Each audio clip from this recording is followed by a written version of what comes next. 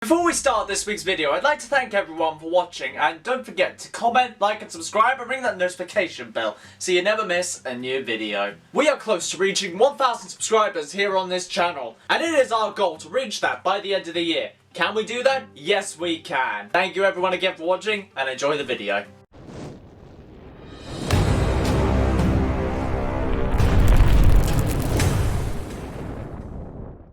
Soothing Saturday, where we kick off our training shoes and ponder our life choices. I'm Shifu Payne, and education is a lot, isn't it? You're taught in a dozen or so subjects, asked to remember or revise every last detail only to be tested on 5% of the material, and then told that the rest of your life is going to be decided by the results. That's a lot of pressure to place on a teenager's shoulders. So you would think at university, where you only have one subject to learn, that things would be easier, right? Well, then you're asked to complete several essays of differing lengths at specific times, and then write a super long essay on top of that in your last year, while the finance department sucks your capital dry and you're in too deep to pull out, so you have to finish it all to make it work. Plus there's a pandemic going on, you can't see your friends possibly ever again because of your last year, and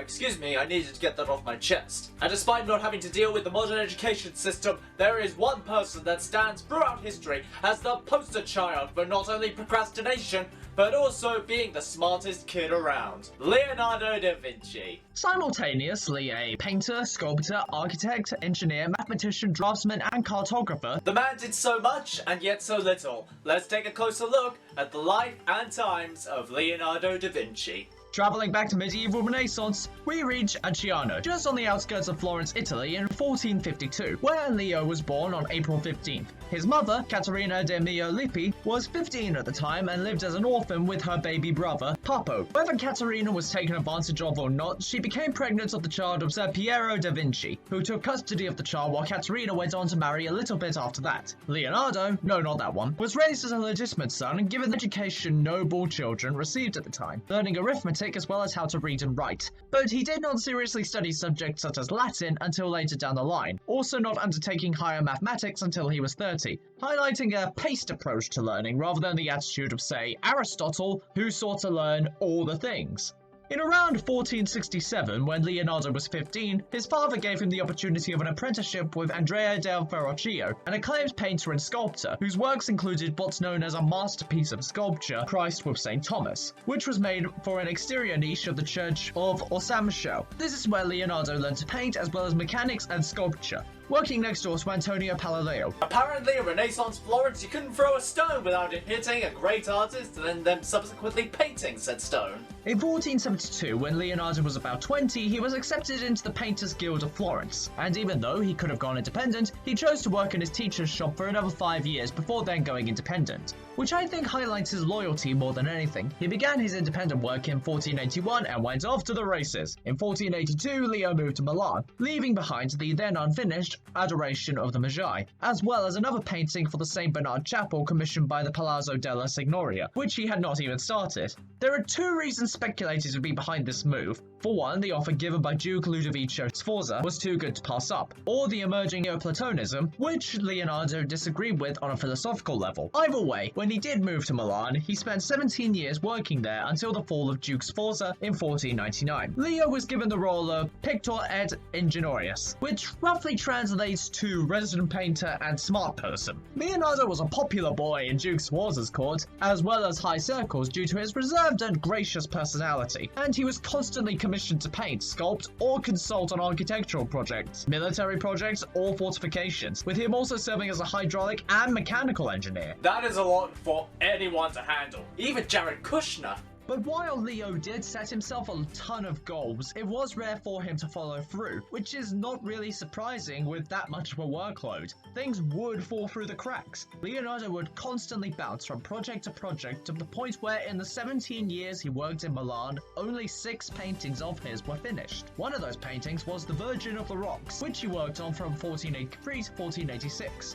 This painting actually led to 10 years of litigation between Leonardo and the confraternity of the Immaculate Conception, who commissioned the painting, which led to Leonardo eventually having to remake the painting in 1508. The reasons behind the litigation are kind of unclear, so I'll just chalk it up to the first recorded instance of a Karen asking to speak to a manager and move on. Between the years 1495 and 1498, Leonardo painted The Last Supper, one of the quintessential Da Vinci works, with there being a rumour surrounding it that when a representative of the commission party complained about how long the painting was taking, Leonardo politely asked him if the representative would mind being the model for Judas. In either December 1499 or January 1500, and the Second Florentine period began with the French invading Milan, Leo left Milan along with mathematician Luca Pacioli, making the journey to Mantua in February for a consultation job, and then Venice in March, where the Signoria sought Leo's advice about a Turkish invasion. When Leonardo, still not that one, eventually returned to Florence, he was met with a hero's welcome.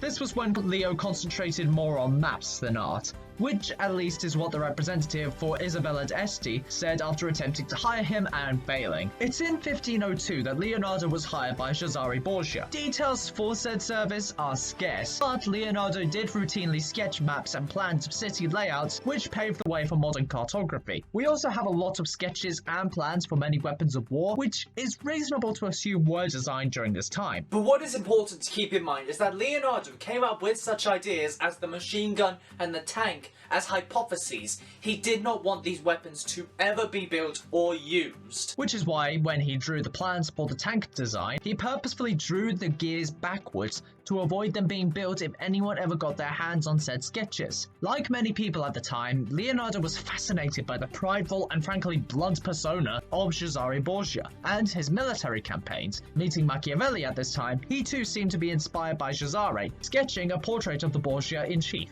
In 1503, Leonardo was commissioned to paint a mural for the Palazzo Vecchio, with it originally being designed to be twice the size of the Last Supper. The resultant painting was the Battle of Anghiari. He worked on it for 3 years before leaving the painting unfinished due to being asked back to Milan. 1503 was evidently a monumental year for our boy, as this was the year Leonardo began painting what is considered his masterpiece, the Mona Lisa. Finished in 1519, the model for the painting was most likely a woman named Lisa del Giogondo. In an uncharacteristic move for Leonardo, he painted or sketched 15 versions of the Lisa. Given 1519 was also the year Leo passed away, maybe the final version was just the last finished one before he got the chance to paint any more. The painting itself was actually not famous or infamous from minute one. The painting was actually considered average for a long time until it was stolen from the Louvre in 1911. And after all the coverage discussing the theft, as well as the painting in general, the painting was subsequently considered a masterpiece by the time it was returned to the Louvre. One thing that is essential to the Mona Lisa is the level of detail of the human anatomy. This was also something Leo looked into at this time, performing dissections at the Santa Maria Mora Hospital. His work on the human anatomy furthered our knowledge of the subject. He also culminated his research in the form of another go-to Da Vinci piece, the Vitruvian Man. What Leonardo came to believe after all his dissecting is that the human form served as a perfect architectural and biological meeting between life and the wider universe. Which is why the piece is named after the architectural figurehead of Vitruvius. Leo also studied bird flight patterns, which culminated in the works on the study and movement of water. After studying both water and air currents, all this data and research was collected into the Hammer Codex, that is currently the property of Bill Gates. All the research of Leonardo da Vinci and my PC still crashes? Moving to 1506, and the French governor of Milan, Charles d'Amboise, asks Leo to come back to Milan. Leonardo did so, leaving the before-mentioned Battle of Anghiari unfinished. He did briefly go back to Florence to help Giovanni Francesco Rusteschi with sculptures commissioned for the Florence Baptistery in around 1507 or 1508, but otherwise Leonardo was in Milan to stay. This was a time where Leo consulted on architectural projects more so than actually paint anything. Notable commissions included a revived project to connect the Lake Como to the Adda River, but nothing really came of it. This was also the time, however, that the noted rival of Ludovico Sforza, Gian Giacomo Trivulzio, commissioned Leo to sculpt his tomb. This tomb was to take the form of an equestrian in the mortuary chapel of the San Nazaro Maggiore Church. There's a joke I want to make here about a guy being an eternal horse's ass, but none are really coming to mind. After much prep work, including some sketches that have survived, the whole idea was scrapped by the commissioning Trivulzio. Well, now I really want to call on a horse's ass. Fortunately for Leo, his scientific studies kept him occupied, with him collaborating with anatomist Marcanio della Torre to develop his study of the human body. This extended to studying the individual organs and comparative anatomy. The manuscripts he wrote were filled with anatomical, mathematical, optical, botanical, and geological studies. All of this became driven by one central idea, that the basic mechanical functions of motion and force provide the shapes for all organic and inorganic objects, and that all these forces work in tandem with the harmonious laws of the universe. Our boy was theorizing about the fundamental forces of motion a whole century before Newton got an apple on the noggin. Seriously, Leo, save some smarts for the rest of us. By 1513, the expulsion of the French from Milan left Leonardo, definitely not a turtle, needing to find somewhere else to live and work. He eventually reached Rome, where his good friend Giuliano de' Medici was able to help by giving him a room in the Vatican thanks to being the brother of Pope Leo X. Leo got a generous monthly fee during this time, even though no large commissions were sent his way. There is the suggestion that Leo consulted on a reclamation project for the Pontine Marshes in 1514, but overall, very little was happening for the now in his 60s genius at a time when everything was happening. Michelangelo was tearing his hair out at Pope Julius II's tomb, Raphael was painting the new Pope's apartment, and some of Leo's own students were getting commissions. You can kind of imagine just how isolating and boring this time was for the perpetual motion machine that was Da Vinci. Finally accepting an invitation from French King Francis I in 1516, Leo moved to Cloud to enter the king's service for his final 3 years. He routinely made sketches and plans for the king, but very little ever came of these projects, and more time was spent for Leo on editing his scientific journals.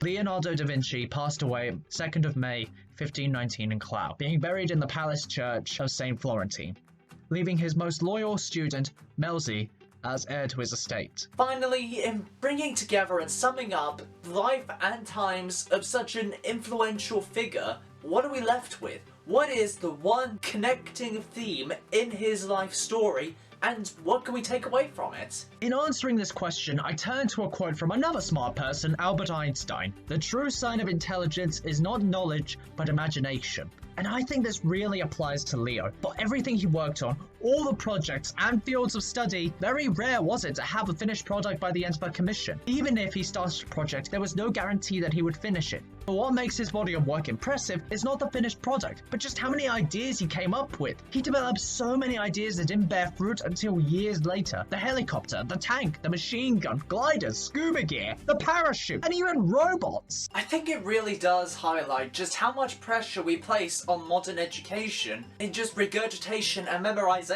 We spend so much time telling kids to memorize every single line of a Shakespeare play, or teach all sorts of formula that aren't even relevant to most people's everyday life, which becomes a real shame because any actual form of curiosity and inspiration are rubbed out in name of asinine test after asinine test that doesn't really do anything other than leave kids with stress and panic. So as final words go, don't be afraid to get inspired, read a book every once in a while, and give the arts some room to breathe, STEM! Thank you all so much for watching, and until next time everyone, peace be with you.